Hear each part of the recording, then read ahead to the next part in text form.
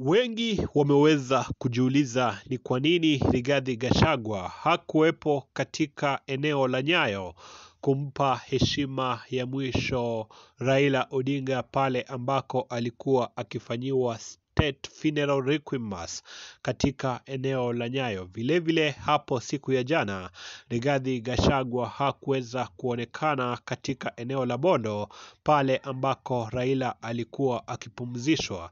Lakini mapema siku ya leo Rigathi Gachagua ameweza kutoa statement yake na kusema kwamba sababu yake kuu ya kutotokea katika hafla hizo za kumpa heshima ya mwisho Raila Odinga ilikuwa ni kwa sababu aliweza kuogopa kufanyiwa humiliations, na vile hangependa kuona kukiwepo na public outrage kutokana na jinsi maybe angeweza kunyanyaswa na wapinzani wake wa kisiasa. Lakini Rigathi Gachagua ameweza kuweka wazi kwamba ameweza kuongea na Rigathi ama Ida Odinga na akaweza kumhakikishia kwamba binafsi atakuwa anaenda moja kwa moja hadi katika eneo la Bondo ili kumpa heshima ya mwisho Raila Odinga. Japokuwa hakufika katika mazishi yake, Rigathi Gachagua ameweza kuweka wazi kwamba anakumbuka vizuri sana